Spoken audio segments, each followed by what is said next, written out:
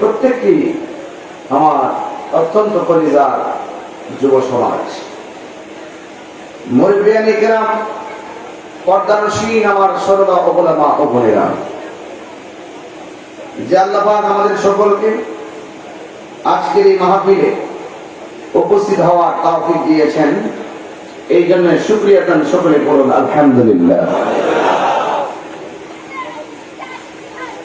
লাখ কোটি দরুদ সালাম ওই নবীর নূরানি কদম মোবারকে, যিনি হায়াতুন নবী, নূর নবী, গায়বের খবর দেনে ওয়ালা হুজুরে পুর নূর সাল্লাল্লাহু আলাইহি ওয়াসাল্লামের উম্মত হিসাবে আল্লাহ পাক আমাদের সকলকে কবুল করেছেন, এই জন্য শুকরিয়া দান সকলে আবারও করি আলহামদুলিল্লাহ।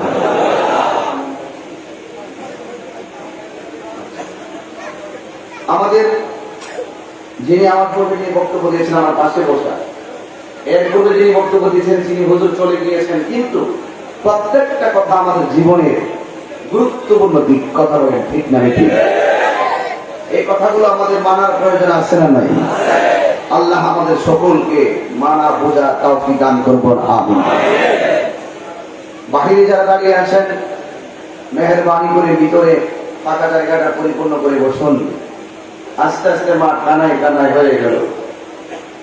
আমরা আহলুস সুন্নাত ওয়াল জামাত যারা, আপনারা একটু তাকিয়ে দেখেন তো, উপরে লেখা আছে জশ্নে জুলুসে ঈদে, সুবহানাল্লাহ বলেন না, জশ্নে জুলুসে ঈদে মিলাদুন নবী। জশ্নে জুলুস মানে হলো আনন্দ রেলি, আনন্দ মিছিল নবীর শুভ আগমনে। আমরা যে তারিখে রাসূলকে পেয়েছি সেই তারিখটায় আল্লাহ নবী সাল্লাল্লাহু আলাইহি ওয়াসাল্লামের মহব্বতে আনন্দ মিছিল করে থাকি। এই আনন্দ মিছিল করাটা এটা কি অন্যায়? এই জন্য আপনাদের অনুরোধ করে বলবো, শান্তি বার্তা নিয়ে প্রিয় হাবিব সাল্লাল্লাহু আলাইহি ওয়াসাল্লাম যে দিন থেকে এসেছেন, আমরা সেই দিনটিকেই ঈদে মিলাদুন নবী সাল্লাল্লাহু আলাইহি ওয়াসাল্লাম বলে থাকি, ঠিক না ঠিক? আর গোটা 63 বছর আল্লাহর হাবিব সাল্লাল্লাহু আলাইহি ওয়াসাল্লাম দুনিয়াতে ছিলেন, এবং 63 বছরে অবস্থার পরিপ্রেক্ষিতে সুদীর্ঘ 23 বছরে জিবরাইল আলাইহিস সালামের মাধ্যমে 7টি পদ্ধতির মাধ্যমে আল্লাহ তাআলা কোরআন কারীমকে নাযিল করেছেন। এই গোটা 63 বছরটাকে বলা হয় সিরাতুন নবী। কি বলা হয়? সিরাতুন নবী। তো আপনাদেরকে পরিষ্কারভাবে একটা কথা মানতে হবে, সুন্নি যারা, এরা মিলাদুন নবীও মানে, সিরাতুন নবীও মানে। আজকে যারা বিভ্রান্ত ছড়াতে চায়, ওরা অতীত থেকেই বিভ্রান্ত ছড়িয়ে আসছে। আলহামদুলিল্লাহ, আমরা অনেক আনন্দিত যারা সারা জীবন ঈদে মিলাদুন নবীকে বেদাত বলতো, আজকে উনারে দেখতেছিলাম রাষ্ট্রীয় প্রোগ্রাম হিসাবে পিছনে ব্যানার লাগিয়েছে ঈদে মিলাদুন নবী সাল্লাল্লাহু আলাইহি ওয়াসাল্লাম উপলক্ষে মিলাদ মাহফিল, দোয়ার মাহফিল, শীর্ষক আলোচনা সভা। এখন কিন্তু অটোমেটিকলি ওরা মানতেছে। এখন আপত্তি করলো কোথায়? জশ্নে জুলুস, এটা আবার পাইল কোথায়? তো যুগে যুগে যুগে যুগে ওরা আমাদের মুখ থেকে যে কথাগুলো শুনবে, হয়তো বা হঠাৎ করে তারা আমাদের কথাগুলো মানবে না, আস্তে আস্তে বোধগম্য হলে একদিন তারা মানতে বাধ্য হবে, ঠিক কিনা বলেন? আমি যখন ক্লাস 8 এ পড়ি, আমার নানার বাড়িতে আমি যখন যাইতাম, ঝগড়া হতো। ওই সময় কওমি মাদ্রাসার নাম ছিল খারিজি মাদ্রাসা। কি মাদ্রাসা? খারিজি মাদ্রাসা। তো সবাই তো তখন মাদ্রাসায় পড়ে, খারিজি মাদ্রাসায় পড়ি, এখন নাম হয়েছে কওমি। তারপরে এরপর আরো নাম চেঞ্জ হবে অবস্থা আলোকে। তখন আমার সাথে তর্ক হতো, রসুল নিষেধ তৈরি, তারা বলতো নবী মাটির তৈরি। আচ্ছা, ওই সময় ছাত্র মানুষ আমার ব্যাখ্যা জানা ছিল না, তা আমার আম্মা শিখাইছেন ওই গুলের তৈরি, এগুলো আমরা বলতাম আর কি।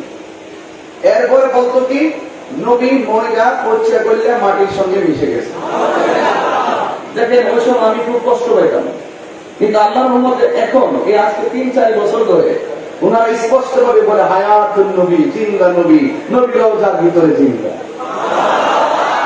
তো একটু ধৈর্য লাগবে আমাদের, কি লাগবে? আস্তে আস্তে মানুষের যখন বোধ শক্তি হয়, আস্তে আস্তে মানুষ যখন জানতে পারে, অটোমেটিকলি সে বুঝতে পারবে। কথা বল ঠিক না? এটা আমরা খুব হঠাৎ করে বিচলিত হব না, হঠাৎ করে বিচলিত হব না, কারণ আল্লাহ তাকে হেদায়েত করে মৃত্যুর আগেও তাকে হেদায়েত করতে। পরিষ্কার কথাটা? তাই আসুন তো দেখি ঈদে মিলাদুন নবী। ঈদে মিলাদুন নবী সাল্লাল্লাহু এর মানে হলো, ঈদ মানে হলো খুশি, আর মিলাদুন নবী হলো আমার নবী পাকের শুভ আগমন। আর নবীর ক্ষেত্রে প্রত্যেকটা শব্দ আমাদের ক্ষেত্রে যে অর্থটা হবে, নবী পাকের ক্ষেত্রে লেটেস্ট সম্মানজনক শব্দ ব্যবহার করতে হবে। ঠিক কিনা বলেন? আমরা যেমন গরু রাখি, যে রাখিটাকে রাখাল বলি, কথা ঠিক কিনা? কিন্তু আল্লাহ হাবিব সাল্লাল্লাহু আলাইহি ক্ষেত্রে এই সমস্ত শব্দ সম্বোধন করতে আল্লাহ পাক নিষেধ করেছেন। ঠিক কিনা বলেন? এই জন্য বাবা আমার অনুরোধ করে বলছি আপনাদেরকে, এই মিলাদুন নবী সাল্লাল্লাহু আলাইহি সাল্লামের চাঁদ চলছে, এটা সারা বিশ্ববাসী আপনারা দেখেছেন 153টা দেশে জশ্নে জুলুস ঈদে মিলাদুন নবী সাল্লাল্লাহু আলাইহি পালিত হয়েছে। প্রায় 53টা দেশে এই ঈদে মিলাদুন নবী সাল্লাল্লাহু আলাইহি তারিখের দিন ছুটি ঘোষণা করা হয়েছে। এর মধ্যে আমার বাংলাদেশও একটা দেশ, আলহামদুলিল্লাহ বলবেন না? শুধু তাই না, আমাদের বাংলাদেশে সরকার কর্তৃক, মহামান্য রাষ্ট্রপতি কর্তৃক এবং প্রধানমন্ত্রী কর্তৃক গেজেট প্রকাশের মাধ্যমে সেই দিনটিকে রাষ্ট্রীয়ভাবে স্বীকৃতি দেওয়া হয়েছে। তো অটোমেটিকলি সুন্নিরা যারা দলিল বিনে কথা বলে না, তারা কথা ঠিক কিনা বলেন? একটু সময় লাগবে। কি লাগবে? সময় লাগবে। সেই দিন পর্যন্ত অপেক্ষা করতে হবে। আমরা অনেকের মতাদর্শে একাত্মতা পোষণ করতে পারতেছি না এখনো পর্যন্ত, কিন্তু ওনারা ঠিকই আমাদের দলিলগুলো শুনে শুনে একাত্মতা পোষণ করতেছে। তার মানে হলো আমরা যতদিন পৃথিবীতে থাকবো, আমাদের জীবনটাকে মুস্তাফার পক্ষ থেকে যে সিলেবাসগুলো দিয়েছেন, সেই সিলেবাসগুলো হৃদয়ে ধারণ করে আমাদের জীবনকে মৃত্যুর আগ পর্যন্ত পরিচালনা করব। আর এই বিষয়গুলোর সূক্ষ্ম মেসেজগুলো দেওয়ার জন্যই উলামায়ে কেরামদেরকে আহ্বান করা হয়, এলাকা ভিত্তিক কোরআন সুন্নাহর কথাগুলো মানুষের সামনে তুলে ধরে সমাজ বিনির্মাণে, সুন্দর সমাজ বিনির্মাণে মানুষদেরকে কোরআন সুন্নাহর প্রতি উজ্জীবিত করা। আপনাকে একমত না? সবাই একমত না? বাবার আমার অনুরোধ করে বলবো, যতক্ষণ আলোচনা করব আপনারা অত্যন্ত ধৈর্যের সাথে, আন্তরিকতার সাথে আমার কথাগুলো শুনবেন, ইনশাআল্লাহ বলবেন না? গভীর মনোযোগ, নীরব থাকা লাগবে। যা বয়ান হবে মাগরিবের নামাজের পর থেকে, যা কিছু বয়ান হয়েছে আজকে উত্তর নোয়াগাঁও রাঙ্গুনিয়ার জমিনে, সব উলামায়ে কেরামদের বয়ানগুলোকে হৃদয়ে লালন করুন। আগামীকাল থেকে বাস্তবায়নের প্রতিশ্রুতি গ্রহণ করুন। আমি এখন যেই কথাগুলো বলবো, এই কথাগুলো আপনারা সবাই পালন করার চেষ্টা করবেন। আপনারা পালন করার আগে আমি নিজে প্রতিশ্রুতি গ্রহণ করলাম, আমি যা বলবো তার আগে আমি যা আমল করব। আল্লাহ পাক রব্বুল আলামিন যেন আমাদের সবাইকে আমল করার তৌফিক দান করে। জবান খুলে বলুন আমিন। আমার যুবক ভাইরা, দাড়ি পাকাওয়ালা মুরব্বি বাবারা, পর্দানশীল আমার মা ও বোনেরা, পায়ের মধ্যে হাত দিয়ে বলে যায়, নিঃশ্বাসের কোনো বিশ্বাস নাই। আজকে আমি দেখলাম এই যে মাহফিলটা হলো নবমতম মাহফিল, কথা কোন ঠিক কিনা? এই 9টা বছরের ভিতরে অনেকগুলো মানুষ এই মাহফিলের মধ্যে ছিল, টাকা দিয়া পয়সা দিয়া মাহফিলটাতে শরীক হয়েছিল। 10 টাকা হোক, 100 টাকা হোক, কিংবা 10,000 হোক। অনেক মুরব্বীরা পরামর্শ দিয়ে সহযোগিতা করেছিল। এই উত্তর নোয়াগাঁওর মানুষ, রামদুনিয়ার মানুষ, আজকে তাকে দেখো, এই 9টা বছরের বিবর্তনে অনেকগুলো মানুষ আজকে অন্ধকার কবরে এতিম হয়ে শুয়ে আছে। কথা বলেন ঠিক কিনা? আবার যখন এই মাহফিলটা 18তম হবে, কততম? যদি হয়তো 18তম হয়ে যায়, 18তম হওয়ার আগে অনেক গোড়া মুরব্বী কবরে যাত্রী হয়ে যেতে পারে। এখন ছোট ছেলেরা বলবে, হুজুর আমার তো বয়স হয় না, আমার কি মরণের বয়স হয়েছে নাকি? আমি মনে হয় 18 সাল পর্যন্ত বাঁচবো। না না না, আমার নিজের চোখে দেখা বহুত মানুষ, যুবক গুলা পান রোড অ্যাক্সিডেন্টে হঠাৎ করে মারা যায়। অনেক সময় ছোট ছোট বাচ্চাগুলো, আজকে ফেসবুকের পাতায় দেখলাম ছোট ছোট বাচ্চা পানির মধ্যে পড়ে হঠাৎ করে মারা গিয়েছে। প্রমাণ হয়ে গেল নিঃশ্বাসের কোনো বিশ্বাস নাই, কেউ আগে কেউ পরে চলে যাবে। আমি তাহিরি জন্য আজকের মাহফিল শেষ মাহফিল হয়ে যেতে পারি। একটা বার তাকায় দেখেন আমার দিকে, এই স্ত্রীর মধ্যে 20-25 জন মানুষ আমার পাশে বসা আছে। আল্লাহ কসম করে বলি, একটা মানুষের চেহারা আরেকটা মানুষের সঙ্গে মিলে না। একবার চিন্তা করেন, একটা মানুষের চেহারা আরেকটা মানুষের চেহারার সঙ্গে মিলে না। এই সূক্ষ্ম কারিগর পৃথিবীর কেউ না। জবানটা খুলে বলুন সেই কারিগরকে, আর মায়া সরে বলুন কে?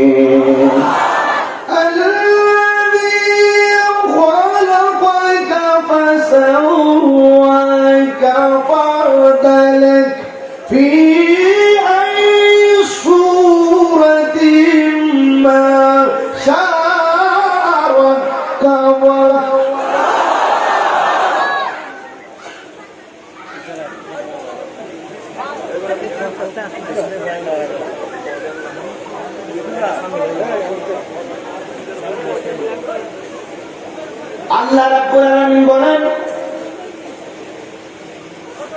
তিনি হল যিনি আল্লাহ, সেই মহান সত্তা যিনি এই পৃথিবীটাকে সুন্দর করে সুবর্ণিত সুবিন্যস্ত করেছেন। আল্লাহ রাব্বুল আলামিন এই পৃথিবীটাকে সুন্দর করে সাজিয়েছেন। ফি আই সূরাতিন মা শাআ রাক্কাবাক। আল্লাহু আকবার। আমার সমাজে কালো আছে না নাই? আমার সমাজে বুবা আছে না নাই? কালো মানুষ দেখে ঘৃণা করবেন না, বুবা মানুষ দেখে ঘৃণা করবেন না, এতিম মিসকিন দেখে ঘৃণা করবেন না, আতর লেঙ্গা দেখে ঘৃণা করবেন না। কারণ কেন জানেন? আল্লাহ বলেন, ফি আইয়ি সূরাতিন মা শাআ রাক্কাবাক। আমি আল্লাহ রাব্বুল আলামিন মানুষ বানিয়েছি, আমি আল্লাহ যেমন চেয়েছি আমার পছন্দ মতো আমার বান্দার আকৃতি বানিয়েছি। তুমি যাকে ঘৃণা করো, ভালোবাসা কে?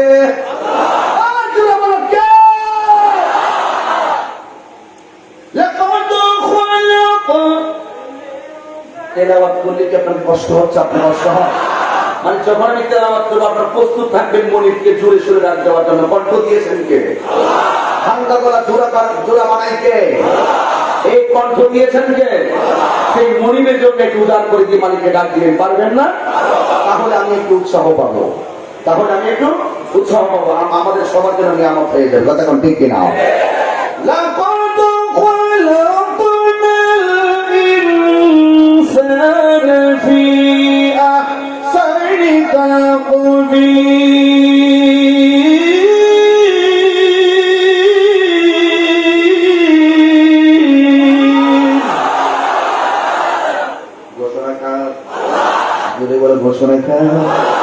আল্লাহ অবশ্যই অবশ্যই আমি আমার বান্দাদেরকে অনেক সুন্দর নমুনায় বানিয়েছি। হাসান বলেন, হাসান বলেন, জানেন হাসান বলেছেন ইসমত আব্দুল সাইয়া। হাসান মানে সুন্দর, হাসান মানে শুধু সুন্দর না, অধিক সুন্দর। আল্লাহ রাব্বুল আলামিন বান্দাদেরকে, মানুষদেরকে অপরূপ সুন্দর নমুনার মধ্যে উত্তম ভাবে সৃজন করেছেন। এই জন্য আমার যুবক ভাইরা, কে কখন মারা যাব কেউ জানি না, কার কাছে কোন দিন মারা করবো আজরাইল আসবে কেউ আমরা জানি। এই জন্য সদা সর্বদা মৃত্যুর জন্য প্রস্তুত থাকা লাগবে। রাজি আছি না? আল্লাহ রাব্বুল আলামিন বলেন ওয়ামা তাদরি নাফসুন বিআই আরদিন তামুত। তুমি তো জানো না কোন জায়গায় তোমার মরণ হবে, তুমি তো জানো না কোন জায়গায় তোমাকে আজরাইল অ্যাটাক করবে। এই জন্যই তো আমার নবী বলেছেন, দিনের রাইতে 20 বার যারা মরণের কথা খেয়াল করে, ওই দিন যদি তার কাছে মালাকুল মউত আজরাইল এসে যায়, আর ওই দিন যদি তার মরণ হয়ে যায়, আমার আল্লাহ তার মরণটাকে শহীদের খাতায় লিখে দিবেন। নবী আমার উম্মতের জন্য কত ফ্যাসিলিটি দিয়ে দিয়েছেন। মরণের কথা স্মরণ করলে কারেন্টের বিলের মতন টাকা দেওয়া লাগে না, মরণের কথা স্মরণ করলে সম্পত্তি লিখে দেওয়া লাগে না, মরণের কথা স্মরণ করলে একটা মনের ব্যাপার লাগে। কি মনের ব্যাপার? আল্লাহ তুমি আমাকে বানাইছো, তুমি আমার নিয়ে যাইবা, আমার জীবন আমার মরণ সব একজনের জন্য জবান খুলে কোন তিনি কে?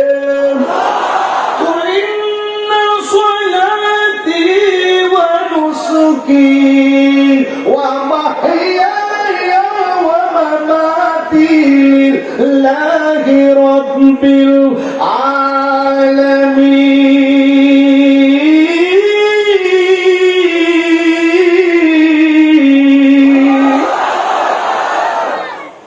আল্লাহ বলে, হে বন্ধু আপনি বলে দেন, আমার জীবন আমার মরণ আমার কুরবানি আমার সব কিছু একমাত্র তুমি রবের জন্য। জবান খুলে বলুন আমাদের রবকে। প্রত্যেকটা ডাক আল্লাহর কাছে কবুল হয়ে গেলে দেখবেন ডাকে ডাকে গুনাহ মাফ হয়ে যাবে। মা তো কি মা, এমন মা ডাক্তার কেন দিয়েছে? ডাক্তার শুনলে বুঝতে পারে ছেলে বিপদে ডাকছে নাকি খাবার জন্য ডাকছে। যাকে 10 বার সঙ্গে ডাকলে আল্লাহ কয় তুই গুনাহ করেছিস, আমি তো তার নাম রেখেছি গাফফার, তুই গুনাহ করে আমাকে ডাক দে, আমি তো গুনাহ মাফ করে দিব। তোর বিপদের অভাব নাই, তুই আমাকে রহমান বলে ডাক দে, আমি তোর গুনাহ মাফ করে দিব।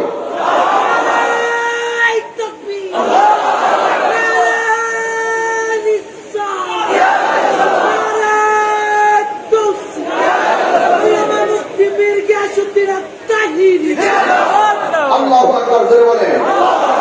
সেই মনিবের নামে ডাক দিলে গুনাহ মাফ হয় কি হয় না? এই জন্য আমার যুবক ভাইয়েরা রাত্র ধীরে ধীরে গভীর হচ্ছে। তবে একটা কথা মনে রাখবেন, রাত্র যত গভীর হয় আল্লাহর মুকাররম ফেরেশতারা আঙ্গুরিয়ায় হাজির হয়। মানে পৃথিবীতে আসে, পৃথিবীর মধ্যে রাঙ্গুনি আছে না নাই? এই জন্য রাঙ্গুনির নাম বলছি একটু আপনারা ইয়ে হওয়ার জন্য, কি বলে ডেকে উজ্জীবিত হওয়ার জন্য, ঠিক কিনা বলেন? এই রাঙ্গুনিয়াতে ফেরেশতা আছে না নাই? এই জন্য যুবক ভাইরা রাত্র যখন গভীর হয় আল্লাহর মুকাররম ফেরেশতারা বান্দার কাছে হাজির হয়ে যায়। এরা যখন আমার আল্লাহরে আল্লাহ বলে ডাক দেয়, ওই ফেরেশতারা আল্লাহর কাছে বান্দার জন্য 70 বার গুনাহ মাফ চায়। ইয়া রাসূলুল্লাহ বলেন না? এই জন্য আমার যুবক ভাইরা, আমার শুরুর কথা একটাই, শেষের কথা থাকবো একটাই, যেই কোনো মুহূর্তে মরণ আসতে পারে। আজকের কাজটা আমি কালের জন্য রেখে দিও না। এমনও হতে পারে ফজর কাজা করেছো, যোহরের টাইমে পড়বে, কিন্তু যোহরের আগেই তোমার মরণ হতে পারে কি পারে না? সোজা হিসাব, একদম সরল সমীকরণ। ফজরের নামাজ করেছো কাজা, এমন হতে পারে যোহরের আগে তোমার মরণ হতে পারে। এই জন্য আমার যুবক ভাইয়েরা অনুরোধ করে বলি, মরণের জন্য যদি চিন্তা করো, আখিরাতের জবাবদিহিতার ভয় যদি আপনাদের থাকে, তাহলে আল্লাহর বিধানগুলো মানার দরকার আছে না না? আমার বন্ধুরা, আমার মুরব্বী বাবারা, আল্লাহ রাব্বুল আলামিন ইবাদতের কথা বলেছেন, আল্লাহ রাব্বুল আলামিন মহব্বতের কথা বলেছেন। আল্লাহ রাব্বুল আলামিন আমাদেরকে টেন্ডারবাজি করার জন্য পাঠাই নাই। আল্লাহ রাব্বুল আলামিন আমাদেরকে মানুষের বিরুদ্ধে গীবত করতে পাঠাই নাই। আল্লাহ রাব্বুল আলামিন আমাদেরকে পরের হক নষ্ট করতে পাঠাই নাই। এখন বলবেন তাহিরি হুজুর, আল্লাহ রাব্বুল আলামিন আমাদেরকে কেন পাঠিয়েছেন? আমার আল্লাহ বলেন, ওয়া মা খালাকুতুল জিন্না ওয়াল ইনসা ইল্লা লিয়াবুদুন। আমি মানুষ এবং জিন জাতিকে সৃষ্টি করেছি একমাত্র আমি আল্লাহর গোলামি করার জন্য। নামাজ পড়লে যার গোলামি হয় রে ও রাঙ্গুনিয়ার বন্ধুরা, রোজা রাখলে সেই মালিকেরই গোলামি হয়। আর বাবা, রোজা রাখলে যেই মালিকেরই গোলামি হয়, জিকির করলো সেই মালিকেরই গোলামি হয়। কথা কোন ঠিক কিনা? আল্লাহ বলে, আমি আল্লাহর নাম ছাড়ো আমার আরো শত নাম আছে, ওই নামের প্রত্যেকটা নামের গুণে আমি আল্লাহ বান্দারে মাফ করে দেই। একটা ছেলে গুনাহ করেছে, তুমি নিজে জানো লুকা জিনা করেছে, তুমি পৃথিবীর কাউকে জিনার কথাটা বলো নাই। এক বেচারা চুরি করেছে, তুমি নিজে জানো, কিন্তু তুমি অন্য কাউকে এই কথাটা বলো নাই। এক বেচারা অন্যায় করেছে, তুমি জানো এই লোকটা গুনাহ করেছে, অন্যায় করেছে, এরপরে তুমি বলো নাই। এই লোকটার দোষটা তুমি গোপন রেখেছো। আল্লাহকে বান্দারে, এই বান্দার গুনাহ তুই গোপন রেখেছিস, এই লোকটার অন্যায় তুই গোপন রেখেছিস। তবে একটা কথা শুনে রাখ, আমি আল্লাহর আর একটা নাম হলো সত্তার। তুই দুনিয়ার মানুষের দোষ বর্ণনা না কইরা দোষটা গোপন রাখলি বান্দা, আমি আল্লাহ রাব্বুল আলামিন হাসরের ময়দানে তোর হাজার হাজার গুনাহ আর হাজার হাজার দোষের কথা আমি আল্লাহ গোপন রাখবো। ঠিক কিনা বলে? এই জন্য মানুষের দোষ খুঁজিও না, নিজের চরকায় তেল দাও। কি বলেন? হ্যাঁ? তুমি যদি মানুষের দোষ গোপন রাখো, আল্লাহ তোমার দোষ গোপন রাখবে। আল্লাহ পাক বলেন না? এই জন্য বাবারা আমার, অনুরোধ করে বলি, মানুষের গীবত থেকে, মানুষের নিন্দা থেকে, পরনিন্দা চর্চা থেকে একটু দূরে থাকবেন। দেখবেন আল্লাহ রাব্বুল আলামিন আপনার সিনাটারে মদিনাওয়ালার আয়না বানায়া দিবে। দিতে পারে কি পারে না? সেই শান্তির বার্তা নিয়ে এসেছেন আমার রহমাতুল্লিল আলামিন, রহমাতুল্লিল। এই ঈদে মিলাদুন নবীর চাঁদে অনেক উলামায়ে কেরাম এই চাঁদে মিলাদুন নবীর বয়ান করেছেন। আমি শুধু বলবো, কোন নবীর মিলাদুন নবীর বয়ান করেছেন, কোন নবীর সিরাতুন নবীর বয়ান করবেন। ও বন্ধু, ও যুবক ভাইরা, কেন নবীর গান গাইবেন না, শান গাইবেন না? একটা বার চিন্তা করেন, কবরে তিনটা প্রশ্ন, এর ভিতরে আমার নবীর ব্যাপারে প্রশ্ন আছে না নাই? কুরআন পাইলাম নবীর উসিলায়, কথাটা ঠিক কিনা বলেন? আর ইসলাম পাইলাম নবীর কারণে, ওই রাহমাতুল লিল আলামিন কবরের ভিতরে আপন হলে। কেন জানেন এই কথাগুলো কেন বলতেছি? বোঝার জন্য বলতেছি। এক ব্যক্তি তার মৃত্যু হলো, আল্লাহু আকবার। আমাদের কাছে মন আসতে পারে কিনা বলেন? আপনার কি কষ্ট হবে আমি এদিকে বয়ান করলে? আজকে আমরা কেন অন্যায় করি জানেন? আখিরাতের জবাবদিহিতার কথা আমরা ভুলে গেছি। কথা কোন ঠিক কিনা? সত্যিকার আখিরাতে জবাবদিহিতার চিন্তা করে, সে কোনদিন মায়ের বুকে লাথি মারতে পারে না। সত্যিকার আখিরাতে চিন্তা যারা করে, তারা কখনো কোরআনের বিরুদ্ধে কথা বলতে পারে। এই জন্য যুবক ভাইয়েরা আমার মুরব্বী বাংলা, আল্লাহর হাবিব সাল্লাল্লাহু আলাইহি ওয়াসাল্লাম বলেছেন, কবর হলো আখিরাতের প্রথম মঞ্জিল। আখিরাতের প্রথম মঞ্জিল কি? কবর আখিরাতের প্রথম মঞ্জিল।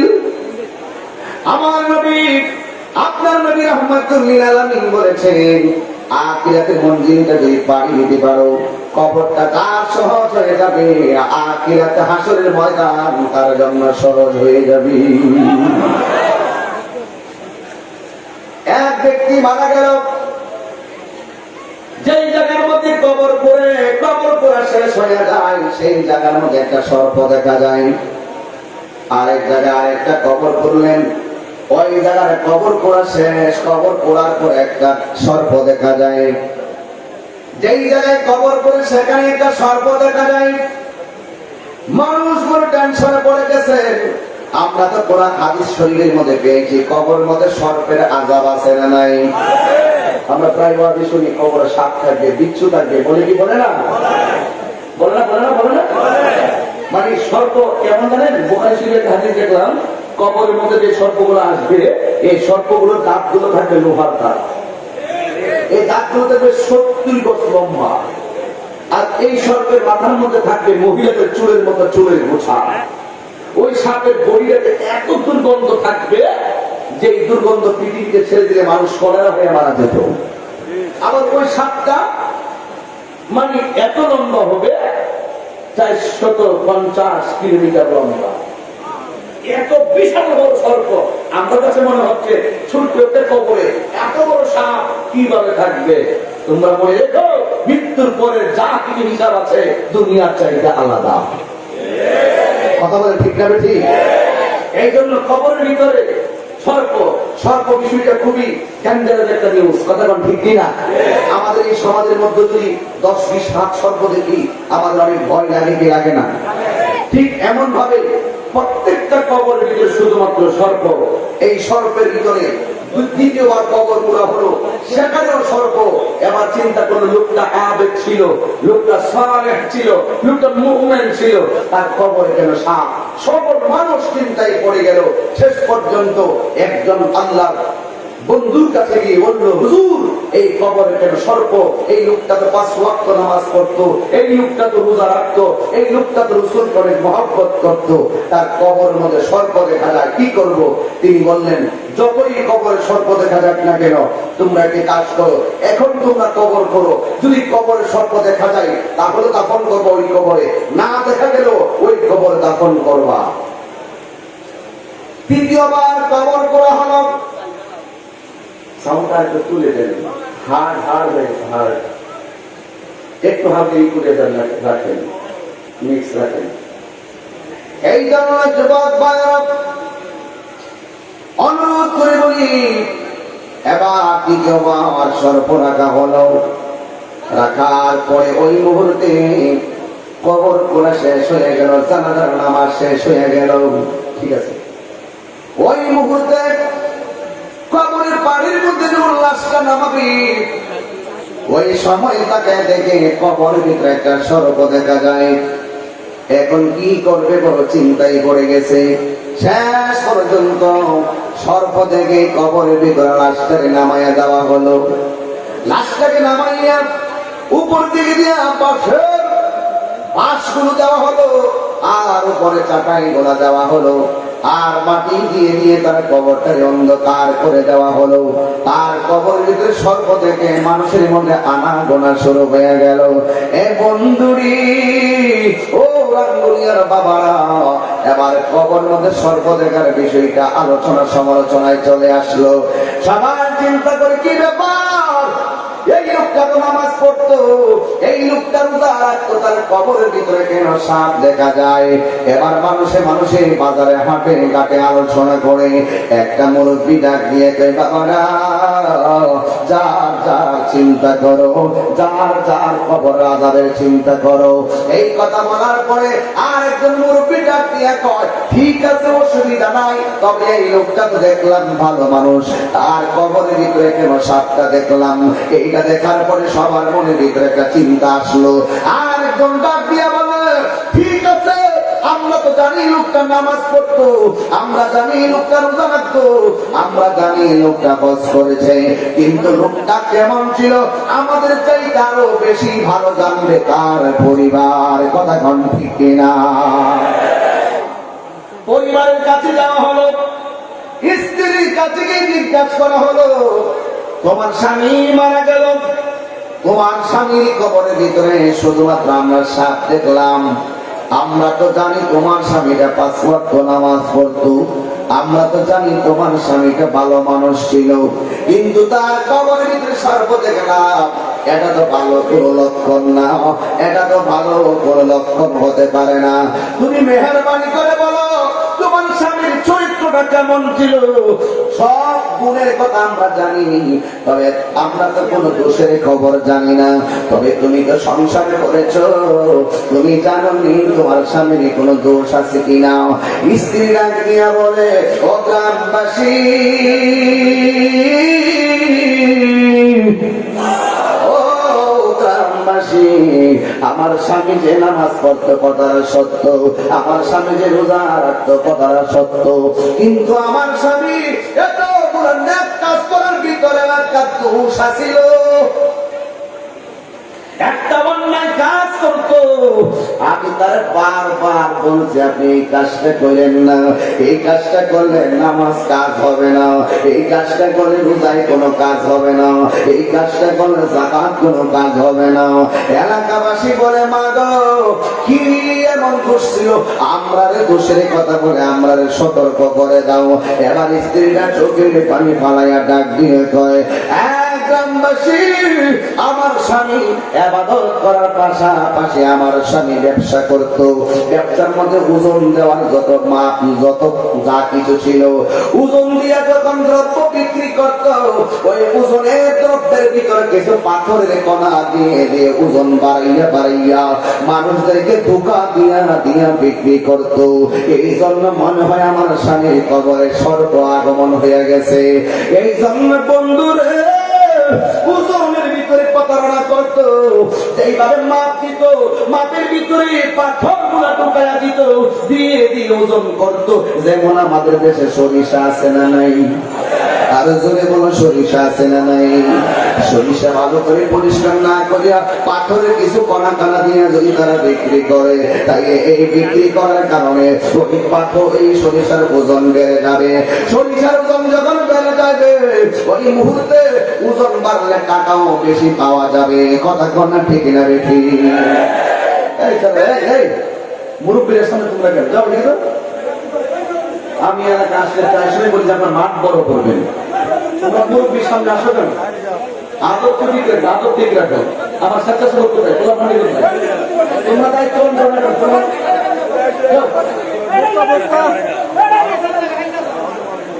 এগিয়ে চলে আসো, এগিয়ে চলে আসো।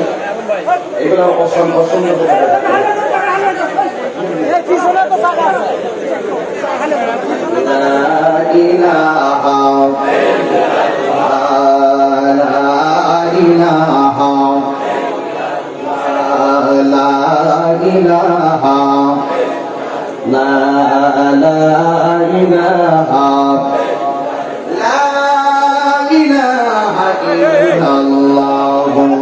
মুহাম্মাদুর রাসূলুল্লাহ সাল্লাল্লাহু আলাইহি ওয়াসাল্লাম। জোরে জোরে কি আল্লাহু আকবার বলা যাবে না? আর জোরে বলি ইয়া রাসূলুল্লাহ। চোখের পলকে তুমি হতে পারো। একটা কসম কি গাইবো? অসুবিধা আছে নাকি? আপনি বলেন তাহিরি শুধু গান গানই গায়, আমার তো বদনামের অভাব নাই। সারা দুনিয়া গাইলেও দোষ নাই, তাহিরি গাইলে দোষের অভাব নাই। এই দেহে যতদিন প্রাণ থাকবে মোস্তফার শান চলবে, এই দেহে যতদিন প্রাণ থাকবে ওলি আল্লাহর শান চলবে, এই দেহে যতদিন প্রাণ থাকবে কুরআনের শান চলবে।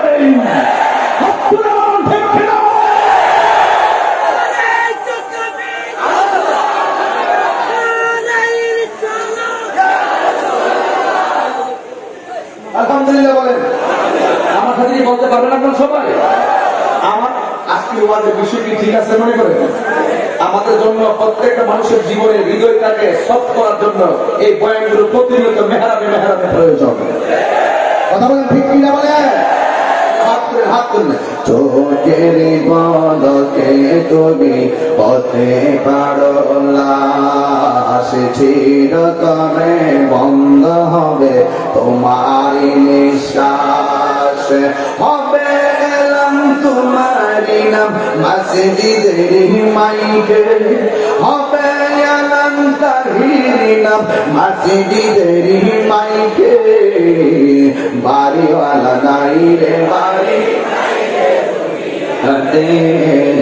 বাড়িওয়ালা নাই রে বাড়ি নাই রে দুনিয়াতে, যাদের সাথে চলতে তুমি থাকিতে দিবানিশি, জানা যায় শরীর হবে তোমার প্রতিবেশী। ঠিক কিনা বলো? যাদের সাথে চলতে তুমি থাকিতে দিবানিশি, জানা যায় শরীর হবে তোমার প্রতিবেশী।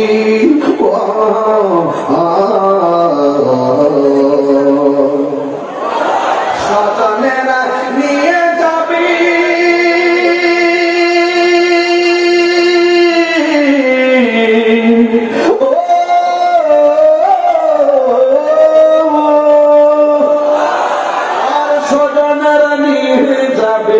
স্বজনেরা নিয়ে যাবে তোমাকে পালকিতে, বাড়িওয়ালা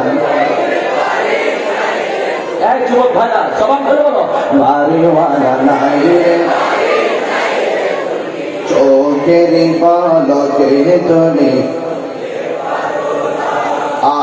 চিরতরে বন্ধ হবে তোমার নিঃশ্বাস। হবে এলাম তাহিরিনাম মসজিদের মাইকে, হবে এলাম তাহিরিনাম মসজিদের মাইকে, বাড়িওয়ালা নাই শোনো শোনো শোনো শোনো, যাদের বয়ে থাকে তুমি ছিল বাহাদুরি, ঠিক বলে আপনি হাওয়ায় উড়া তুমি যে রঙিন ঘুরি, তোমার ভয়ে থাকে তো মানুষ ছিল বাহাদুরি, বাবুরি হাওয়ায় উড়া তুমি যে রঙিন ঘুরি। ও ও সত্য এটা দিলে পারি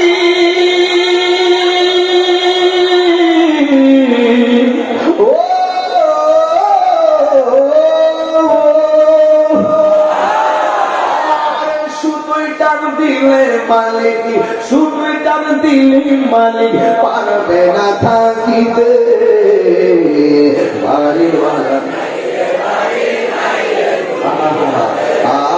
বাড়িওয়ালা নাই রে বাড়ি নাই রে ধরি, বাড়িওয়ালা নাই রে বাড়ি নাই রে দুনিয়াতে, বাড়িওয়ালা নাই রে বাড়ি নাই রে দুনিয়াতে।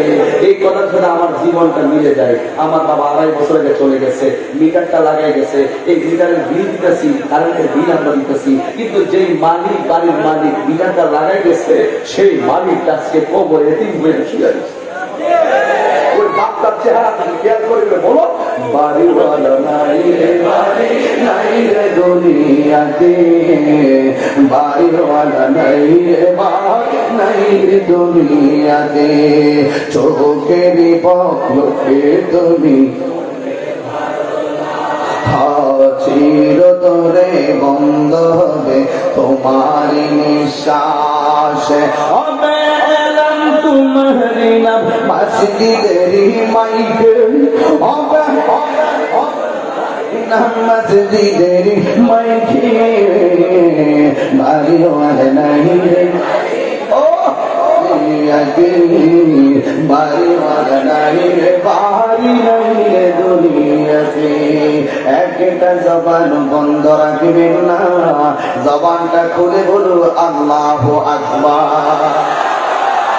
আমাদের দেশে যদিও গমের সঙ্গে পাথর মিশায় না, আমার দেশে যদিও সরিষার সঙ্গে পাথর মিশায় না, আমার দেশে যদিও চাউলের সঙ্গে পাথর মিশায় না, আমাদের দেশে যদিও ভুট্টার সঙ্গে পাথর মিশায় না, আমার দেশে যদিও সয়াবিন তেলের সঙ্গে পাথর মিশায় না, কিন্তু একটা কথা বলো, আমার দেশে বহুত ব্যবসায়ী দুধের সঙ্গে পানি মিশায়।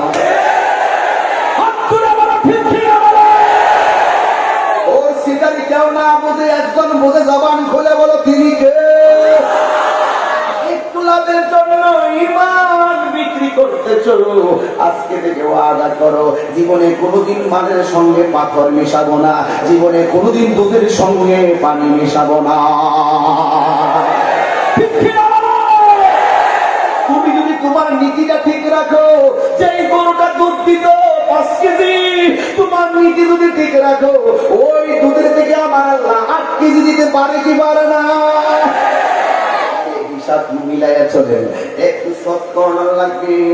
আমার নবী আপনার নবী মানে কবর আযাবটা বড় কঠিন। কেমন কঠিন জানেননি? কেমন কঠিন একটু বুঝে যান। এক বেচারা তার বাবার কবর দিল, কবর দেওয়ার পরে আলাদা মাটি থাকে কি থাকে না? আলাদা কিছু মাটি ছিল, ওই মাটি দিয়া স্মৃতি হিসাবে একটা কলস বানাবে।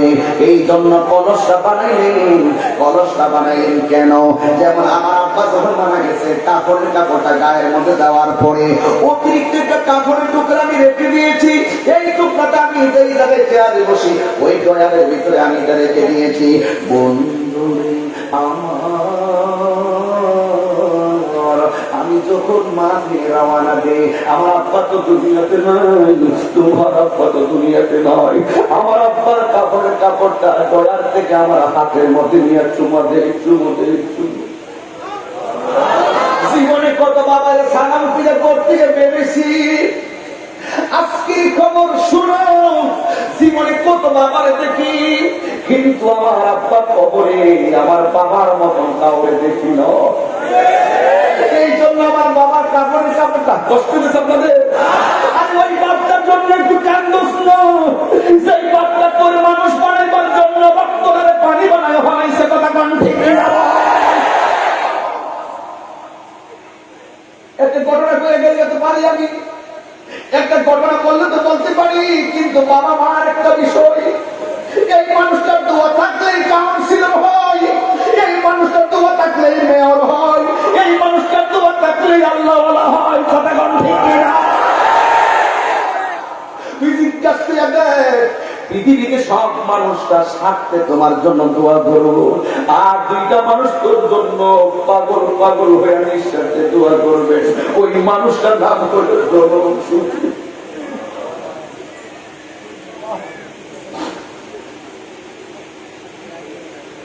এই মানুষটা বড় ভালো মানুষ, এই মানুষটা না খাইয়া তোর খাওয়াইবো, ভালো মানুষ। এই মানুষটা নিজের চিকিৎসা না করিয়া প্রয়োজন যতটা কিডনি দিয়া দিব, এই মানুষটা খুব ভালো মানুষ। আজকের মাহফিলের প্রত্যেকটা পোলাপানকে বলে দিয়ে যাই, যারা নতুন জামা গায়ে লাগাইছো, প্রত্যেকটা পোলাপানকে বলে দিয়ে যাই, তাহিরকে যদি দাওয়াত করো, দাওয়াত করার আগে মায়ের কদম বুঝি করো। তাহিরের কাছে বলি ধরে দেন, তাহিরকে বাবা বলতে চাও, নিজের বাবার কদমে তোমার কবুকটা লাগাই দাও, আর না হয় আমাকে দাওয়াত করবে না। যে সন্তান বাবা মাকে কষ্ট দিবে, ওই সন্তান আমার সামনে আসতে হবে না।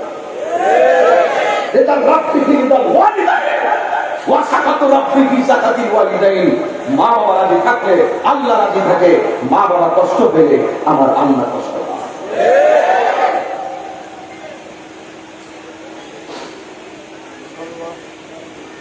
হারিয়ে যাব একদিন আমি রমনায় চিরদিন, হারিয়ে যাব একদিন আমি রমনায় চিরদিন। ক্ষমা করে দিও তোমরা আমায়, ক্ষমা করে দিও, ভুল করে থাকি যদি কোনো দিন, হারিয়ে যাব একদিন আমি রমনা। তাহিরে জীবন ফুরাইয়া যায়, অভিনয়ের জায়গা মাঝে নয়, সম্মান কম দেয় নাই, সব দিক দিয়ে মানুষ মহব্বত করে। এরপর তাহির মায়ের জন্য কান্দে কেন জাননি, এরপর তাহির বাবার জন্য কান্দে কেন জাননি।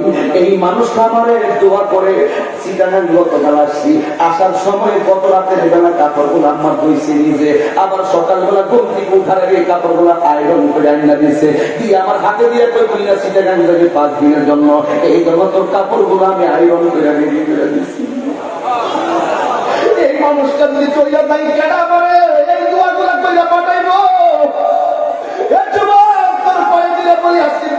সত্যি কেমন লাগতেছে, প্রত্যেকটা পোলা পানির চোখের মধ্যে পানিগুলা ছল ছল করতেছে।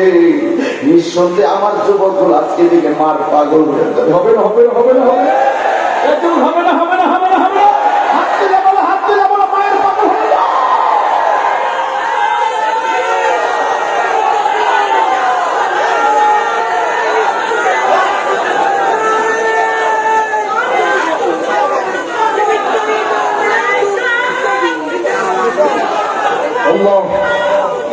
আল্লাহ আল্লাহ আল্লাহ আল্লাহ আল্লাহ আল্লাহ আল্লাহ আল্লাহু আকবার আল্লাহু আকবার।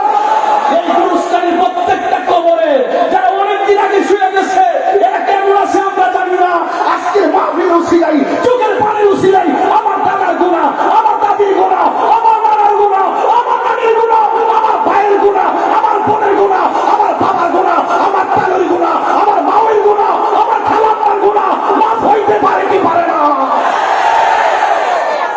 আরে পারে পারে পারে। কারণ শুনো শুনো, কেন পারে আমি বলে দেই, কেন পারে আমি বলে দেই, কেন পারে বলে দেই। কারণ জাহান্নামের আগুনকে 70,000 ফেরেশতারা টেনে ধরে রাখতে পারে না। আসলে চোখের পানিতে জাহান্নাম ভাঙিয়ে পালায় যায়। আমি বিশ্বাস করি এই মাহফিল ওসিলায় কবর আযাব মাফ হয়ে যেতে পারে, আমাদের গুনাহ মাফ হয়ে যেতে পারে, আমাদের ভাগ্যের চাকা খুলে যেতে পারে, দিতে চাইতে পারো না রিজিকের তালা খুলে যেতে পারে। তো এই কমে গেছে করোনার কারণে, আল্লাহ পাক দিনের দরজা, এলেমের দরজা খুলে দিতে পারে। পারে কি পারে না ভাই? এই জন্য আমার বাবার কাপড়ের কাপড়টা এখান থেকে ওয়াজটা আমি ইমোশনাল হয়ে গেলাম। একটা বিষয় বুঝানোর জন্য, বাবাটা যতদিন আছে তোমার উপরে এমন একটা ছায়া আছে, এই বাপটা যখন চলে যাবে দেখবে সেই ছায়াটার দাম কত। দাগ থাকতে তাদের মূল্য কেউ বুঝে না, দাগটা না থাকার পরে বুঝবা তাদের মূল্য কত। কথা বলে ঠিক না ঠিক? এই যেমন যুবক ভাইয়েরা দিলটা নরম করে দিল। আমার বাবার কাপড়ের কাপড়টা আমার দয়ারের ভিতরে আমি চুমা দিয়ে দিয়ে এখানে ওখানে যাই। ঠিক এমন ভাবে দুইটা ভাই, তার বাবা দুনিয়া থেকে চলে গেছে গো। চলে যাওয়ার পরে ওই কবরে কিছু মাটি ছিল, ওই মাটিগুলো দিয়া কি করবে, ওই স্মৃতিচারণ করবে, ওই কেমনে করবে, ওই মাটি দিয়া কুমার দিয়া তুই একটা কলস বানাবো। ওই বাবার কবরের মাটির কলসটার মধ্যে পানি নিয়া নিয়া পান কইরা কইরা বাবা হারা জ্বালা মিটাবো। জুরি জুরিকে আল্লাহু আকবার বলা যাবে না। কুমার দিয়া সুন্দর একটা কলস বানাবো।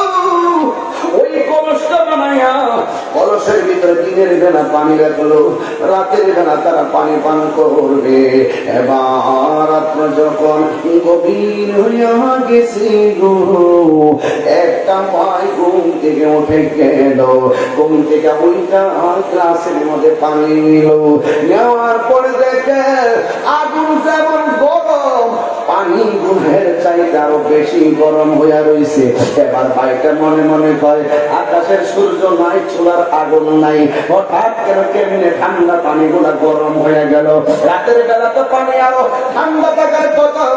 ভাই যায় ভাইরে ডাক দেয়, ডাক দিয়ে ভাইরে আমরা বাবার কবর মাটি দিয়ে কলস বানাইলাম, এই কলসের মধ্যে পানি রেখেছি ঠান্ডার জন্য, এই পানি গুলা কেন গরম হয়ে গেল। এবার ভাইও টেনশনে পড়ে গেছে। এরপরে আবার নতুন কইরা রাতের বেলা পানি দিল। যেই মাত্র পানি দিয়েছে বাবা, দিনের বেলা পানি পান করতে গেছে, এই পানিটা আগের চাইতে আরো বেশি গরম হয়ে গেছে। জুরি জুরি দিয়ে আল্লাহু আকবার বলবেন। আল্লাহর দরা কি নরম না শক্ত? আর জোরে বল, নরম না শক্ত?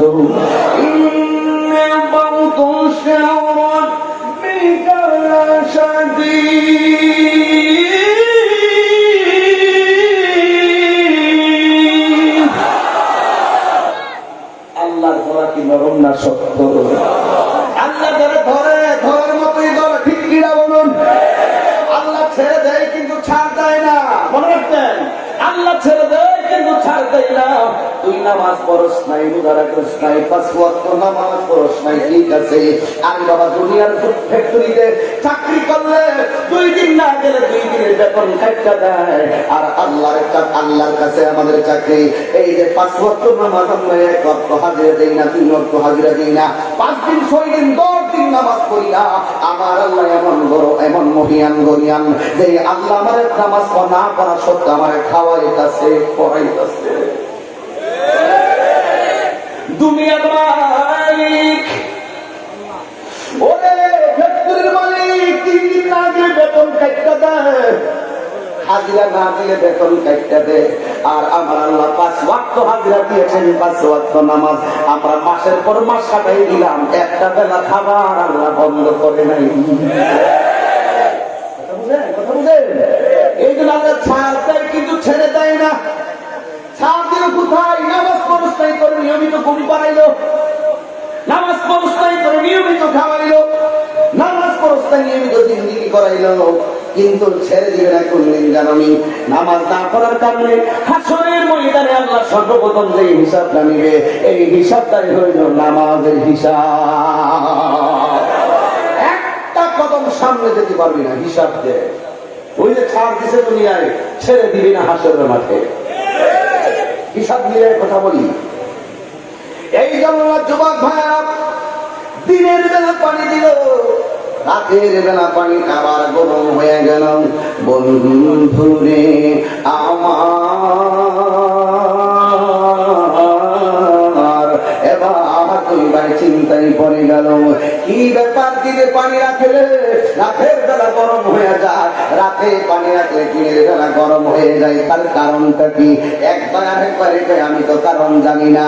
ছোট ভাইটা ডাক দিয়ে, ভাই রে, তুমি যদিও কারণ জানো না, এর ব্যাখ্যা পৃথিবীর কেউ বুঝবে না, এর ব্যাখ্যা বুঝবে একমাত্র আল্লাহর হাবিব। আল্লাহু আকবার। আল্লাহর হাবিবের কাছে গেল, দাঁড়িয়ে ডাক দিয়ে, আল্লাহর বন্ধু, আমার বাবা মারা গেল, আমার বাবাকে কবরের মধ্যে আমি নামাইয়া দিলাম। নামাইয়া দেওয়ার পরে আমার আব্বার যে অতিরিক্ত মাটিগুলা ছিল, অতিরিক্ত যে মাটিগুলা ছিল, এই মাটিগুলাকে, স্মৃতিগুলোকে ধরে রাখার জন্য আমরা একটা কলস বানাইলাম। এই কলসের ভিতরে দিনের বেলা পানি দেয়, পানিটা রাতের বেলা আগুনের চাইতে আরো গরম হয়ে যায়, আবার রাতের বেলা পানি দেয়, দিনের বেলা আগুনের চাইতে আরো গরম হয়ে যায়। তার কারণটা কি? আল্লাহর হাবিব বুঝার ক্ষমতা আছে না নাই? আর জোরে বলো, আছে না নাই? কেমন আছে জানি? নবী আমার কবর উপর দিয়া দাঁত, নবী করে তার খেজুরের ডাল আনস না, খেজুরের ডাল আনলো, দুইটা কবরের মধ্যে খেজুরের ডালটা লাগাইয়া দিল।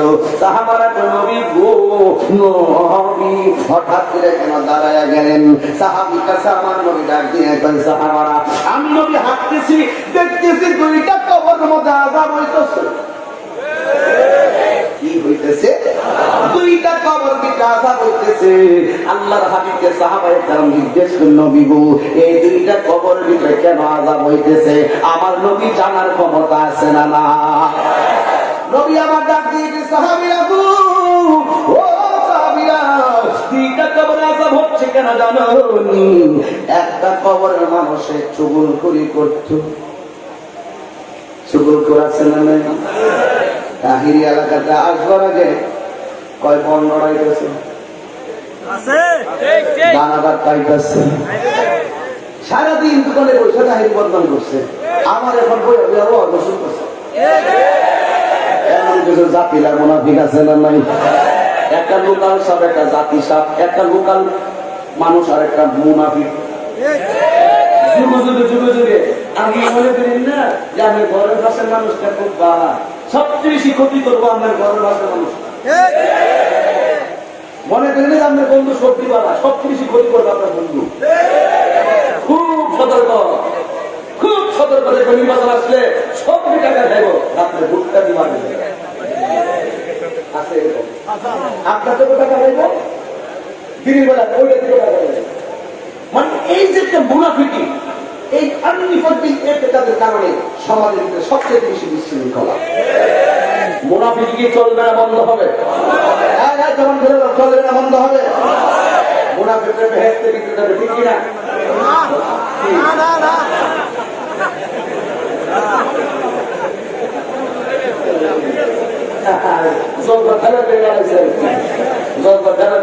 অসুবিধা না, মুনাফিক বেহেশতে যাইব, মুনাফিক বেহেশতে যাইব। মুনাফিক সমাজ আছে না নাই? পৃথিবীর সবচেয়ে ভয়ঙ্কর হলো মুনাফিক। আমার নবীর কাজ হয়ে যায় যে মুনাফিক করবো। মুনাফিক তোমার মধ্যে চলবে, তোমার সাথে খাইবে, তোমার সাথে ঘুমাবে, সুযোগ পাই আল্লাহ শরীর মুস্তা ফারুকি মতো গলার মধ্যে ছুরি চালায় বিদায় করে দিবে। ঠিক কি না বল? আমিও তো সাবধানে থাকি। এই মুনাফিকরা আমি তো মোবাইলে ফোনই কম করি। হুজুর একটা দাওয়াত দিব, রাখতে পারবেন? একবার দিব, দেড় লাখ দিব, আমি তোমার মোবাইলের দাওয়াত আমি গ্রহণ করি না। প্রথমে বলি তোমার এলাকার এমপি সাহেবকে, চেয়ারম্যান সাহেবকে, মেম্বার সাহেবকে ডাটা সংগ্রহ, আর আপনি ক্লাস দিতাম না, বলে দিতে পারে সব কথা কওয়া দেবো না। তাহলে আসল দেখি একটু মুনাফিকের জায়গাটা কি বেহেশতে দিতে হবে না জাহান্নামের নিচে? তাই ওই মনিকে ডাক দিবেন মহব্বতে, ডাক দিবেন আল্লাহকে, ডাক দিবেন মুনাফিকের আয়াতটা করি, এরপরে আপনারা আল্লাহকে ডাক দিয়ে পানা চাইবেন। রাজি আছেন ইনশাআল্লাহ? ইন্নাল মুনাফিকিনা ফি দারকিল আসফালি মিনান নার।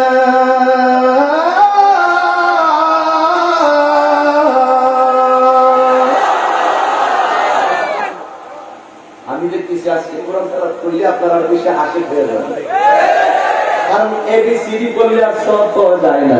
কোরআনের একটা অক্ষর পড়লে 10টা নেকি পাওয়া যায়। কোরআন শরীফ পড়লে যেই সওয়াব, শুনলো সেই সওয়াব। যদি মারহাবা।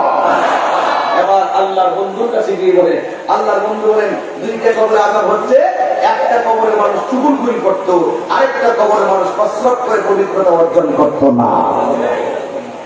আজকে কি মনে থাকবে? কসরত করে পবিত্রতা অর্জন করবেন তো ইনশাআল্লাহ? ইনশাআল্লাহ করেন, ইনশাআল্লাহ বলেন, ইনশাআল্লাহ বলেন।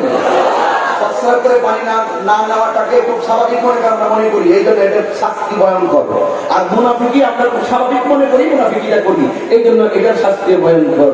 আল্লাহর হাবিব বলেন যে এটা যেন স্বাভাবিকভাবে, যে বিষয়কে স্বাভাবিকভাবে গ্রহণ করো, অন্যায়কে অন্যায় মনে করো না, এটার জন্য সাজা পাবো বেশি। কারণ জেনে গুনাহ করলে সাজা কম হয় না, যদি হয়। এই জন্য আজকে দিয়ে মুনাফিকি চলবে না, বন্ধ হবে। মুনাফিকের আলামত কয়টা? যদি তাদের কয়টা? 1 নম্বরে কথা বললে কি বলবে? 2 নম্বরে ওয়াদা করলে ইদা ওয়াদা আখলাফা, ইদা ওয়াদা আখলাফা। এরপরে ইজা তুমিনা খানা, ইজা তুমিনা খানা, ইজা তুমিনা খানা। যখন তার কাছে আমানত রাখা হবে, আমানতের খেয়ানত করবে। এমন কিছু আন্তর্জাতিক মুনাফিক সমাজে আছে না নাই? টাকাটা নেওয়ার সময় বাবা রেখে টাকা নেবে, দেখবেন কেউ জানে না 1 লাখ টাকা, হ্যাঁ 1 লাখ টাকা দেন, আমি আগামী মাসে দিয়ে দিব। ও কেউ মানুষ কোন টাকা দিয়ে দিলেন, কিন্তু টাকা দেওয়ার সময় কিন্তু কেউ জানে না। কিন্তু টাকাটা আনতে গেলে দেন দরবার ঝগড়া করে টাকাটা আনতে হয়। এই মুনাফিকদের শাস্তি কম না বেশি? এই জন্য মুনাফিকের শাস্তি কবরের মধ্যে আছে তো। এই জন্য এখন থেকে সাবধান হয়ে যান। যারা কথায় কথায় মিথ্যা বলে, এরা কি? এই যে একটা মোবাইল, আল্লামা সৈয়দ আবুল কাসেম নূরী সাহেব হুজুর এই মুনাফিকের, এই মোবাইলের বড় মুনাফিক। এই মোবাইলের যে অবক্ষয় এখানে আলোচনা করেছেন, এই মোবাইলটা হলো মিথ্যা কথার ফ্যাক্টরি। এখানে ফোন দিলে কয়ে আসছ, আমি আছি কিছু বলেন, আপনারা তো বলছেন ধারণা দিতে। মানে এই যে মোবাইলটাকে হাসি খুশিতে বন্ধু বন্ধুর সাথে খুব এনজয় করে মুনাফিকি করতেছে আর ওয়াদা খেলাপ করতেছে। এই সমস্ত মুনাফিকদের শাস্তি কি কম না বেশি? এগুলো অনুরোধ করবো, আজকে থেকে কি মুনাফিকি চলবে না বন্ধ হবে? মিথ্যা কথা কি চলবে না বন্ধ হবে? আল্লাহর হাবিবের কাছে বললেন যে আমার বাবার কবরের উচ্ছিষ্ট মাটি দিয়ে আমি একটা কলস বানিয়েছি, এই কলসে পানি রাখলে এই কলসের পানিগুলো আগুনের চাইতে কি হয়ে যায়? ও বন্ধুরে, গভীর মনোযোগ মহব্বত নিয়ে বসে যান। আল্লাহর হাবিব ডাকতে, হে যুবক, তোমরা কলসের মধ্যে পানি রাখলে পানিটা কেন গরম হয়ে যায় জানোনি? একটা কারণে পানিটা গরম হয়ে যায়, তোমার আব্বার যে কবরের ভিতরে শুহাইছো, তোমার আব্বা কবরের ভিতরে আযাবের মধ্যে আছে। আপনারা বলেন আমার নবী বোঝার ক্ষমতা আছে না নাই? ওই কবরের মধ্যে আযাব হচ্ছে, ওই আযাবের প্রতিবিম্ব তোমাদের কবরের মাটির পাতিলা পানির মধ্যে আমার আল্লাহ ফেলে দিয়ে তোমাদেরকে বোঝাইতেছেন তোমার আব্বা কবরে বড় অশান্তিতে আছে। এই জন্য জবান করে বলুন, আল্লাহর ধরা কি নরম না শক্ত? এই জন্য আমার যুবক ভাইরা, কবর আযাব বড় ভয়ঙ্কর। আমার নবী আপনার নবী বলেন কবরে ভয়ঙ্কর আযাব হলো ডান পাশের মাটিটা এক প্রান্তে যাবে, বাম পাশের মাটিটা আরেক প্রান্তে যাবে। দুই পাশের মাটি তোমার এমন ভাবে চাপা মারবে, এক পাশের হাড্ডিগুলো আর এক পাশের হাড্ডির ভিতরে ঢুকে যাবে। এক আল্লাহর ওলি কবর থেকে একটা লাশ দেখলেন, দেখার পরে ওই কবর লাশটারে জিজ্ঞেস করলেন, তোমার কবর থেকে নিচ পর্যন্ত জাহান্নামের আগুন কেন জ্বলতেছে? ওই লোকটা বলছিল, হুজুর আমি যখন দুনিয়াতে ছিলাম আমার আম্মা আমার বলছিল একটা কাজ করার জন্য, আমি 3 বার পর্যন্ত আম্মারে না করেছি, আমি পারবো না। এবার দাদা ওই লোকটা ডাক দিয়ে কয়, 3 বার আমার আম্মাকে না করেছি, 4th বারের মাথায় আমার আম্মারে আমার পা দিয়ে একটা লাথি মারছিলাম। জোরে কি নাউজুবিল্লাহ বলবেন না? এই পা দিয়ে আমি লাথি মারার কারণে এই কবরের ভিতরে আমার আল্লাহ আমার এই আযাব দিতেছে। এর দ্বারা প্রমাণ পেয়ে দিয়েছি ওই দেওয়া সাকাতুর রব্বি ফি সাকাতিল ওয়ালিদাইন, পিতা মাতার মনে কষ্ট দিলে আমার আল্লাহ কষ্ট পায়। মা বাবার মনে যারা কষ্ট দেয়, দুনিয়াতে তাদের মুসিবত আছে, মরার পরেও মুসিবত আছে না নাই? এই জন্য নিয়ামতের অবজ্ঞা করিও না। আজকে দিনে ওয়াদা করিলেন যতদিন দুনিয়াতে বাঁচবেন ততদিন পর্যন্ত মাকে ভালোবাসবেন, ততদিন পর্যন্ত বাবাকে ভালোবাসবেন। কেন জানেন?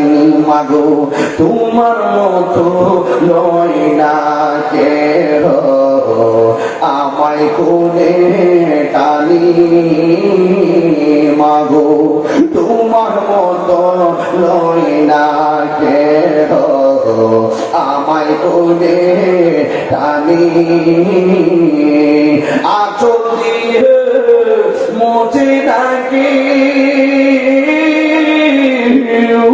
আঁচল দিয়ে মোচে ডাকি আমার চোখের পানি। আইরে মা জননী আমার, এই সব পাখির কথাগুলো বলি শুধু আমার সন্তানদের মা পাগল বানানোর জন্য। মা বাবা কম মাগো তোমার মতো নয় না কেহ আমায় কোলে টানি। আঁচল দিয়ে মোচে নাকি,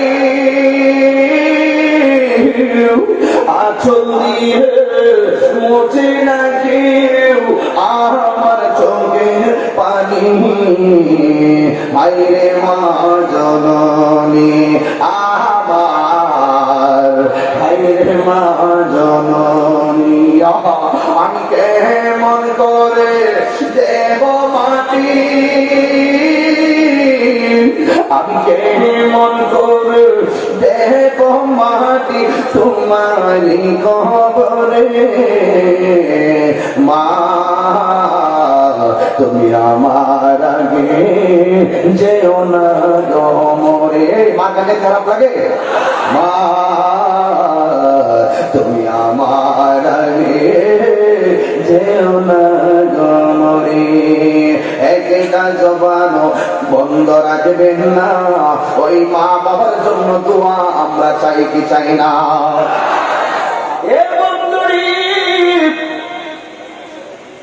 যদি মা কবরে যেয়ে থাকে আগামীকাল, মা বাবার কবরে পরে দাঁড়ায় মা বাবার জন্য দোয়া করবা আমার মতন। বলো রব্বির হামহুমা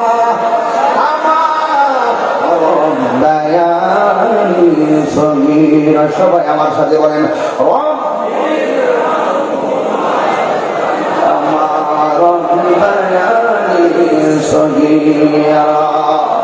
আল্লাহ, আল্লাহ গো আমার মা বাবা আমার ছোটবেলায় যেমনি মায়া করে আমার লালন পালন করছে, ডান কাতে প্রস্রাব করে দিলাম আমাদেরকে বাম কাতে নিয়েছে, বাম কাতে প্রস্রাব করলাম মাঘ মাসে শিশির মসজিদের মধ্যে মা বুকের উপরে রেখেছে, বুকের উপরে প্রস্রাব করে দিয়েছি, মা সুন্দর করে বসে গেল। আমার আমার কোলের মধ্যে বসায় বসায় মার জিন্দিগিটা আমার ছোটবেলা মায়া করে আমার লালন পালন করছে। ও আল্লাহ, তুমি কেমন মেহেরবান। ছোটবেলায় মুখের মধ্যে গরম পানি নিলে জিহ্বা পুড়ে যাবে, ছোটবেলায় মুখের মধ্যে ঠান্ডা পানি নিলে বুকের মধ্যে ঠান্ডা লাগবো। আল্লাহ আমার মায়ের বুকের মধ্যে এমন একটা ভান্ডার দিয়ে দিয়েছেন, না গরম না শীত, এমন একটা ভান্ডার দিয়ে দিয়েছেন। এই দুধ পান করে করে আমরা ধীরে ধীরে বড় হয়েছি, কথা কোন ঠিক কিনা? মায়ের একটার দুধের দাম কাটিয়া গাইর চাম, একটার দুধের দাম, একটার দুধের কাটিয়া গাইর চাম, পাপস বানাইল দিন শুধু হবে না, এ মন্দর দিন কেউ হবে না আমার মা।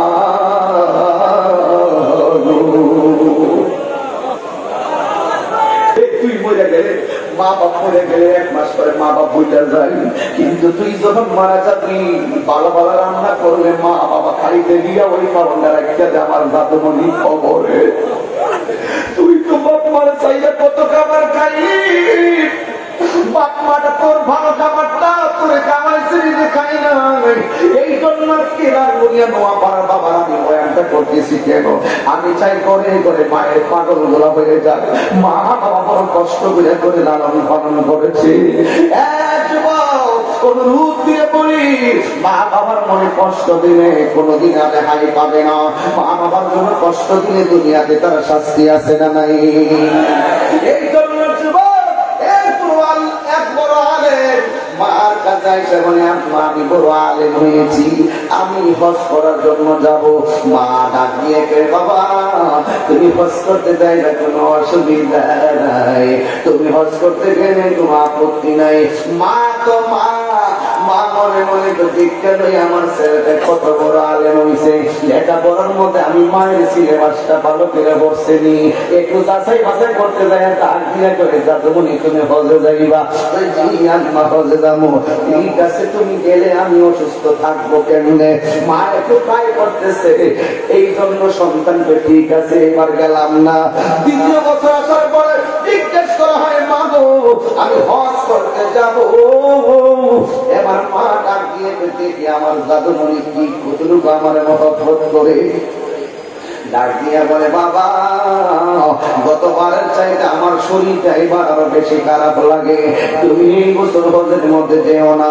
এবার 3য় বছর আসলো, ডাক দিয়ে বাবা রে গতবারের চাইতে এবার আমার মনটা খারাপ। মা কিন্তু আসলে হজ করবে, সন্তান মার মতো আনন্দিত হওয়ার কেউ নাই।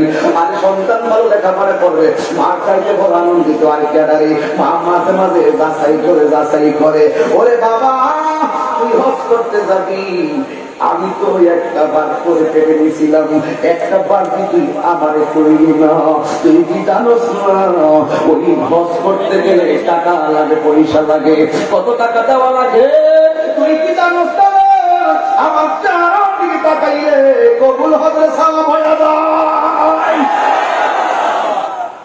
একটা বার তুই যদি আমারে কইতি, আম্মা তুমি আমার এমন লেখাপড়া করাইছো, এখন আমি টাকার মালিক হয়েছি, আমি তোমার নিয়ে হজে যাবো, দেখতো ওই মাটা কত খুশি হইয়া যাইতো।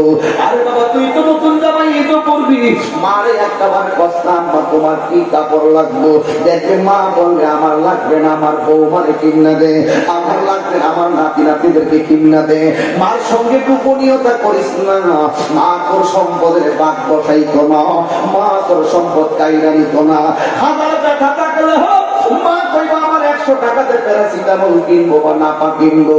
মা কোনোদিনও কইতো না আমার বড় রোগ হয়েছে, তোর টাকাটা জানলে সেই হলো। মা বাবা এটাই শুধু চিন্তা করে, কথা বলেন না ঠিক কিনা? এই জন্য মারে সত্য মনে করিল না।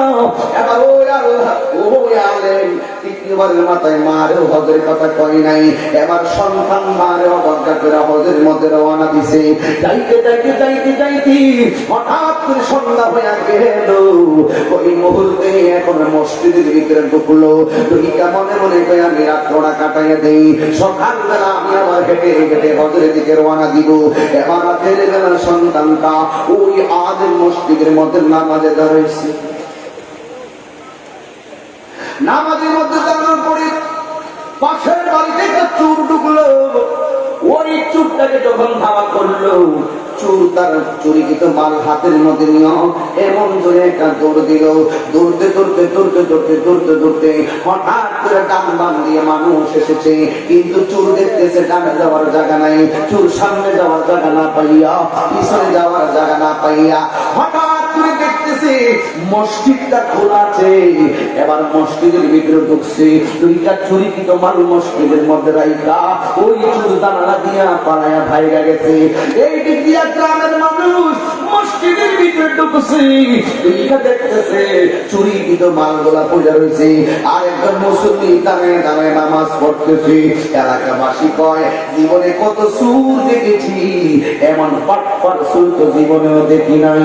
চুরিকৃত মাল মসজিদে রাইখা আবার আল্লাহর সঙ্গে মস্কারা করতেছে। গ্রামবাসী যায় আঞ্জা মেরে ধরে ধরছে, জুরি জুরি দিয়ে আল্লাহু আকবার বলবেন না। ওই আলেম ডাক দিয়া করে, কি ব্যাপার? থাপ্পড়ে দাঁত পালাইয়া দিন। চুরিকৃত মাল মসজিদের এইটা আল্লাহর সঙ্গে তামাশা করা আবার বলো কি করছো? এই কথা বলার পরে তাদের জড়াইয়া ধরছে। এবার আলেম বলে, আমি তো কিছুই বুঝতেছি না। দড়া ধরে করে চেয়ারম্যানের কাছে নিয়ে গেল, আমিরের কাছে যাইয়া ডাক দিয়ে হুজুর, জীবনে কত সুর দেখলাম, এমন জাতের সুর তো আর কোনোদিন দেখি নাই। চুরি তো চুরি, আবার সেনা চুরি, আল্লাহর সঙ্গে করে না ফরমানি। সে চুরিকৃত মাল করতে বের করিরা মসজিদের মধ্যে রাইখা আবার নামাজে দাঁড়ায় গেছে মুসল্লি বেশে। হুজুর, আপনি বিচার করেন। এবার আমি ডাক দিয়ে কই, চুরিকৃত মাল মসজিদে রাখা আর অপরাধে তার আঙুল দিয়ে সুই ঢুকাইয়া দেওয়া হবে। আর চুরিকৃত মাল মসজিদের মধ্যে রাইখা আল্লাহর সঙ্গে তামাশা করার কারণে তার চোখের মধ্যে সুই ঢুকাইয়া দেওয়া হবে। এই কথাটা তুমি এলান করে দাও। এবার এলান করে দেওয়ার দায়িত্ব দেওয়া হলো। এবার ওই চোর ওই আলেম ডাক দিয়ে কয়, হুজুর, আমার হাত দিয়ে সই ঢুকাবেন কোনো আপত্তি নেই, আমার চোখের মধ্যে সই ঢুকাবেন কোনো আপত্তি নেই, তবে মাইকিং করার সময় এই কথা বললেন না আমি চুরি করছি, চুরের বিচার হবে, এই কথাটা বললেন না। বরং বলে দিলেন, মার মনে কষ্ট দেওয়ার কারণে আমি বিনা দোষে দোষী হয়ে গেছি। আল্লাহু আকবার। এই কথা বলার পরে এলাকার সালিশ কারক করে, কি ব্যাপার, কারণটা কি, কারণটা কি, তুমি কি বলতে চাও ভালো করে একটু বলো না। এবার ডাক দিয়ে বলে, হুজুর, আমি যা বলছি আপনি তাই করেন।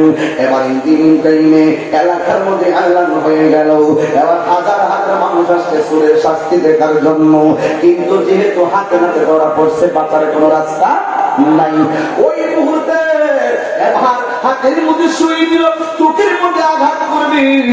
ওই লোকটা করে, ঠিক আছে হুজুর, আমার কোনো আপত্তি নাই, চোখের মধ্যে সুই দিবেন, আমার কোনো আপত্তি নাই, তবে একটা কথা আছে, কই কি, আমার চোখে যদি আপনি সুই দিবেন তাইলে আমি তো অন্ধ হয়ে যাব, আমি হয়তো বাড়িতে ফিরে যাব, সেই মারে কষ্ট দিয়ে আইলাম, এই মারে তো আমি আর জিন্দগিতেও চোখে দেখতে পারবো না। হুজুর, আমার চোখের মধ্যে সুইটা ঢোকানোর আগে একবার আমার মায়ের কাছে লইয়া যান না, এবার মায়ের কাছে আমাকে নিয়ে যান না, আমার মারে আমি শেষবারের মতন একটু সেইটা লই। এবার ওই সন্তানটারে ঠিকানা লইয়ে তার বাড়িতে গেল। বাড়িতে যাওয়ার পরে ইন্দিন টাইমে তার মার কাছে নেওয়া হলো। ডাক দিয়ে বলে, মা, এই সন্তানটারে আপনি চিনেননি, আরে তোর মতন ছেলে হাজার বার মার সঙ্গে পল্টি দিলি, তোর মতো সন্তান হাজার বার মারে ভুলে গেলি, তোর মতো সন্তান হাজার বার মারে বকা দিলি, কিন্তু মা তোর দিকে কি উত্তরটা দেয়? ও চেয়ারম্যান, সন্তান মার বইয়া যাইতে পারব, কিন্তু মা কোনদিন সন্তান বলতে পারবে না। ও হুজুর, এটা আমার সন্তান, আমার সন্তান খানে কাবা জিয়ারতের জন্য গেছে, তোমার সন্তান তো হাতে নাতে ধরা খেয়ে গেছে। এই কথা বলার পরে আমরা সিদ্ধান্ত নিয়েছি তার চোখ দুইটা উপায় ফেলামো। মা কেমন মা দেখলে কিছুদিন আগেও আমার এলাকার একটা ছোট মেয়ের কিডনি চলে গেছে, কিন্তু মেয়েটার ঢাকায় সব চিকিৎসা করে ভালো হয় না। ডাক্তাররা ভুল বসে পৌঁছে মাদ্রাজ নিয়ে যান, কেন করে কিডনিটা পরিবর্তন করবো। এখন মেয়েটার মাটা দিয়ে শুনো, তুমি কোথাও কিডনি পাওয়া না যায়, আমার তো কিডনি আছে।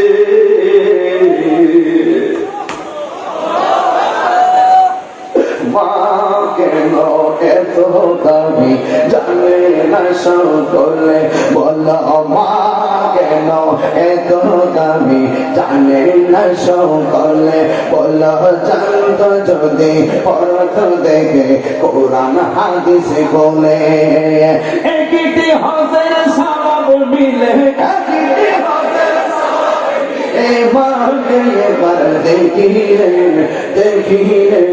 মা কেন বেতনে জানে না সকলে, বলো মা কেন এত দামে জানে না সকলে। 2-3 বছর পান করালো মায়ের বুকের দুধ, কোনে পিঠে নিয়ে আমায় দিতে কত সুখ। 2 বছরে পান করালো মায়ের বুকের দুধ, কোনে পিঠে দিতে কত সুখ। সেই মায়ের কষ্ট দিলে, সেই মায়ের আহা খুদার সতরে, মা কেন এত দামে জানে না সকলে, বলো মা কেন জানে। আমার চোখটা ঘুমিয়ে গেছে তোমরা বলো না, মা জানে না সকলে, মায়ের প্রসবের কালে কত কষ্ট পাই, বসে হইয়া পরে মায়ে আপন বিছানায়, মায়ের প্রসবের কালে কত কষ্ট পাই, বসে হইয়া পরে মায়ে আপন বিছানায়। সন্তানের নিয়া কুলে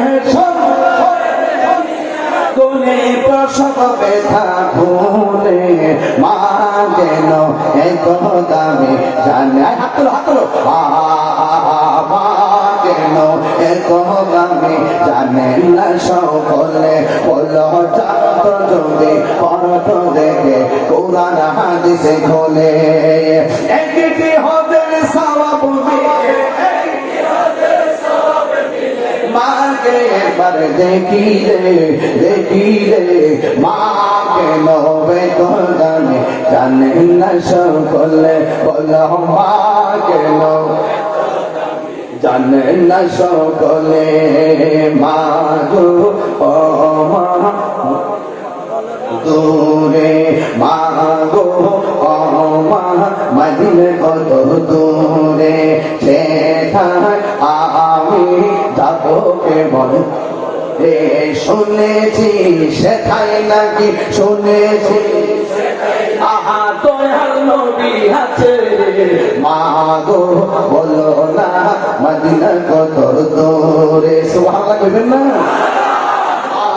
আমি তোমার কাছে চাই না চোখে মিষ্টি, তাহার রোজা দেখতে চাই তার জন্য সব সৃষ্টি, সে আশা বদল বাসা দয়াল রে,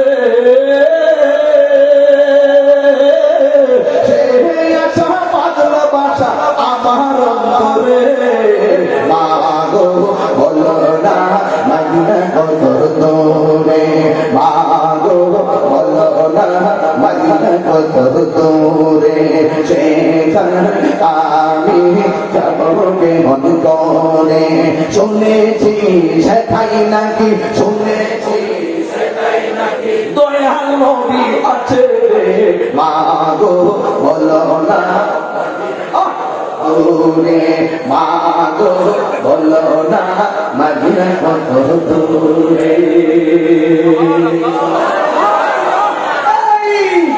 মদিনায় যাবি পাসপোর্ট কর, মদিনায় যাবি 3,50,000 টাকা জমা দেয়, মদিনায় যাবি এয়ারপোর্টে যা, মদিনায়